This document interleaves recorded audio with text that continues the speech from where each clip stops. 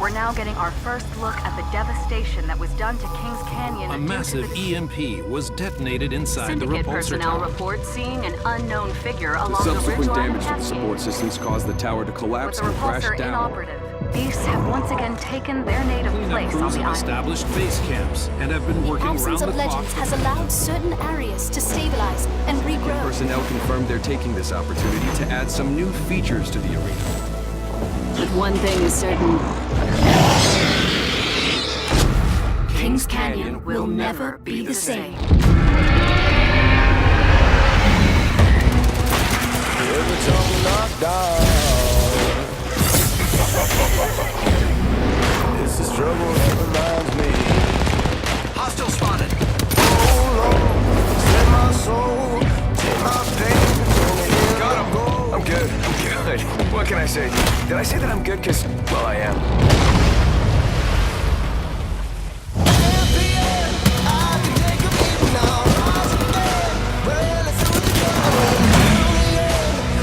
Charged and ready.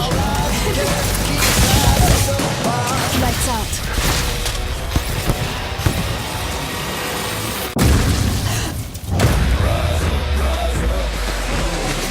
I'm going in.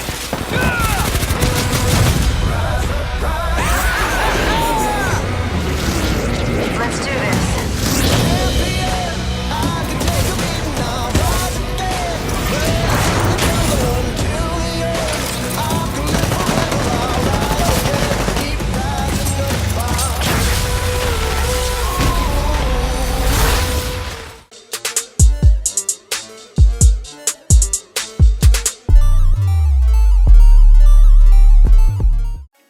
Was good with y'all? It's your boy AD, and to be honest, Apex Legends Season 2 surprisingly is the superior game to Fortnite according to my comment section and the poll I ran on my last video, which I did not expect since Fortnite easily has the bigger following. But for those that do not know what Apex Legends is, it's a free-to-play battle royale developed by Repawn Entertainment and published by EA. This game is out on Microsoft Windows, PlayStation 4, and the Xbox One, and came out February 4th of this year without any prior announcement or marketing, which is really surprising because of how this game blew up with no publicity before the launch. But in my personal opinion, I feel like Apex Legends is better than Fortnite because Fortnite is really more focused on the building mechanics of the game, and even though the weapons and items in the game is very useful if in the right hands, but to me, I don't really want to play a game where I catch somebody off guard and I shoot them one time and then they're building a whole fort. So that's where Apex Legends comes in for me, because the realistic shooting mechanics combined with them having legends in the game, so each squad has to pick a different legend and it can't just be the same legend, really makes it to where you have to specialize in a lot of these characters to consider yourself a great player in Apex. But for my go-to is really Octane, just because of him being faster than everybody and his ability to flank an opponent easily. The only slight con I would have for the game is that the loot is really random. Like sometimes I'll find a lot of attachments with no weapon, or sometimes I'll find weapons with a lot of ammo but then I can't run into any body armor. So it's a hit or miss with the loot system in Apex. But Apex Legends and Fortnite are both really great games. Apex Legends is just my preference. So before I get into the details of Season 2, make sure to leave a like, comment, and subscribe if you liked the video, while also sharing this video to help my channel grow. So first we're going to get into the new character named Wattson, which is an engineer that specializes in tactical play by using the mechanical skills that she has learned from her father, which you find out in Respawn's announcement trailer for Season 2. So if you don't already know, each legend in Apex comes with 3 abilities: tactical, passive, and the ultimate ability. So for Wattson, her passive ability, called Spark of Genius, lets her fully charge her ultimate ability by using ultimate accelerant. By standing next to interception pylons, she can also boost her tactical ability recharge. And her tactical ability, perimeter security, allows her to connect these electrified fences that damage and slow enemies that stand in her way. And last but definitely not least, her ultimate ability is called interception pylon. With this, Wattson can place electrified pylons on the ground that destroys incoming ordnance, and it repairs damaged shields as long as it doesn't get destroyed by the enemy. Raised in Kings Canyon by her father, Natalie Paquette's first love has always been electricity, hence her nickname, Wattson. The best offense is a strong defense. Her role is one of perimeter security, a master of directing the flow of battle. She uses her electric fences to create choke points That's the last time you charge anybody. and guide the engagements on her terms. Don't blow a fuse. Get it? Even when the firefight is intense, Taking fire. there is a calmness to Wattson. Size and strength aren't everything. Her interception pylon brings a respite to combat. You underestimated me. Sometimes careful planning wins out over might. Earning her the reputation as the Eye of the Storm. This never gets any easier, but it's how the game works. C'est la vie.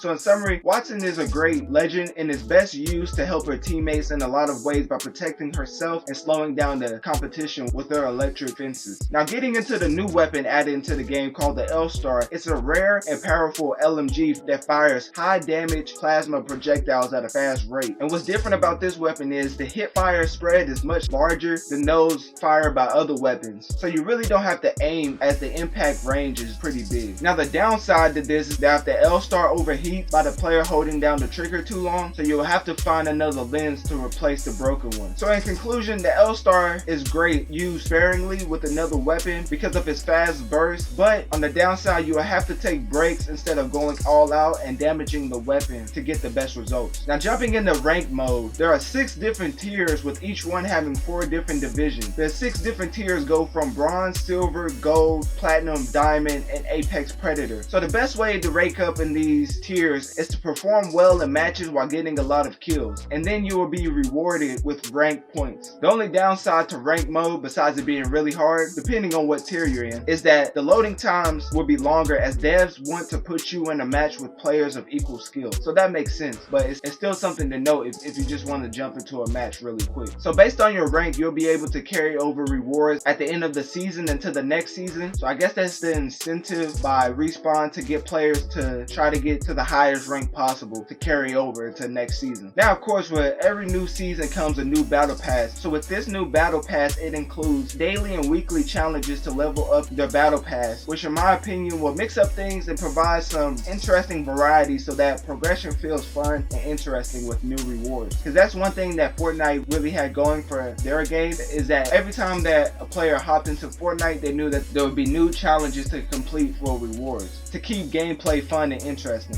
With this battle pass, it would take less time to get to level 100, unlike season 1, which took forever, but I believe that's because they knew it was going to take a while to make season 2, so they just made season 1's battle pass difficult to get to level 100. Also, you obtain legendary items with every 25 levels in the premium track, along with character exclusive like cosmetic skins, etc. Respawn also removed badges and basic stats from the premium battle pass track for season 2. So what that means is that if you was familiar with season 1, they replaced voice lines with crafting medal rewards, letting players earn enough crafting medals to craft any of the legendary items. Now getting into the map, the changes provided by season 2 is that they've updated King's Canyon, and also the repose tower has been destroyed by an EMP attack on the map, which is causing beasts to now show up on the map, which is why you see the monsters now on the island instead of in the water, which I don't know what they're called, but I just know they're really large and they will actually down you if you get close to the foot. And then you also have dragons flying around that you can shoot down for loot crates, along with dragons in cages that if you walk by, they'll make a lot of noise, which is bad if you're trying to sneak up on the team and the dragon alerts them that you're there because you walk past it. But I think all these map changes were effective in the way that they wanted to change the landscape going forward. Now getting into weapon balances and tweaks, starting with special attachments, Respawn has added disruptor rounds, which increases shield damage and is compatible with the alternator and RE45. There's also hammer point rounds, which increases unshielded damage, compatible with the P2020 and Mozambique. And if you played season 1, then you definitely know the Mozambique needed some type of upgrade and buff. And even with these buffs I'm listing, I still don't think the Mozambique is any better than it once was, because it's still at the very bottom of the list in most players' opinion. opinion. Also, the energy mag attachments have also been added for the Havoc, Devotion, and Triple Take, adding more power and curve depth. Energy mags also increase ammo capacity and reduce reload time quite a bit. The Flatline P2020 alternator and Triple Take have also been buffed to make them a little more powerful. They updated the Arc Star, changing the ignition from 2.5 to 2.8, which is a downgrade, but also now sticking to a full health player will down them, so I guess they made up for it in that aspect. The ammo stack sizes have also been remixed a little bit, and what I mean by that is the shotgun max stat is now reduced from 64 to 16, which I see why they do that, because I always have to remind myself to drop shotgun shells because I don't use that many when I'm going with a shotgun in my loadout, so I never use that ammo anyway. Like, you can stack up shotgun ammo like it was a light machine gun, and for me, I didn't need that many shotgun shells, so them reducing it from 64 to 16 really doesn't affect me. The energy max stat was increased from 60 to 80. And lastly, airdrop packages will now use different loot tables for people who are in different phases of the game, meaning that players will find more cravers in early parts of the game, while mastiffs will have higher chances of spawning towards the end game. So as you can see, Respawn has definitely taken Apex Legends to another level, and listening to the players, as these updates and changes to the maps were definitely needed to keep the gameplay fresh. But let me know what's your favorite addition to Apex Legends with Season 2, and do you think Apex will ever have success on the level of Fortnite? In my opinion, I don't really think so, because the first time I ever played Apex Legends and I saw blood in the game, I knew that it would not rise above Fortnite's popularity, because Fortnite is more targeted towards kids, and with Apex Legends being more realistic and having blood in the game, I knew that it would probably rise in popularity, as it is a really good game, but sort of like Call of Duty, it would hit its peak because it can't reach the fan bases that Fortnite can because of its censoring of violence in the game. But that's just my opinion. So that's it for the video. If you enjoyed this, make sure to let me know by hitting that like button and subscribe, and share this with your friend,